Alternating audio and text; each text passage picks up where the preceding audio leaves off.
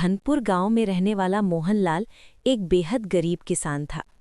उसकी जिंदगी सिर्फ मेहनत और उम्मीद के सहारे चल रही थी। इस बार उसने गांव के साहूकार किशन दास से कर्ज लेकर खेती की थी।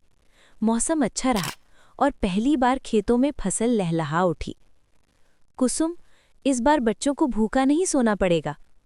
बच्चों की आंखों में सपने थे, स्कूल, किताबें, नए कपड़े।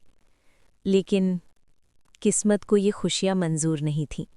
शाम होते ही आसमान फट पड़ा। तेज बारिश और कुछ ही घंटों में पूरी फसल बह गई। मोहनलाल खेत में खड़ा पानी में डूबे सपनों को देखता रह गया। सब खत्म हो गया भगवान। अगली सुबह वो साहूकार के दरवाजे पर खड़ा था। किशन दास ने बेरुखी से कहा, अब जमीन मेरी है। उस दिन मोहनलाल से सिर्फ जमीन नहीं छीनी गई, उससे उसकी पहचान भी छिन गई। परिवार गांव छोड़कर जंगल की ओर निकल पड़ा।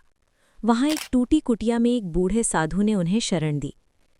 मेहनती आदमी कभी हारता नहीं बेटा। अब मोहनलाल हर रोज जंगल जाता, लकड़ियां काटता और शाम को बच्चों के लिए थोड़ा सा राशन लाता। भूख थी लेकिन शिकायत नहीं। एक दिन वो जंगल में रास्ता भटक गया। अंधेरे में उसे एक रोशनी दिखी, एक रहस्यमयी गुफा। अंदर सोने से चमकता एक अनोखा गांव, और वहां एक वृद्ध राजा। राजा ने उसकी कहानी सुनी और कहा, तुम जैसे लोग ही असली राजा होते हैं।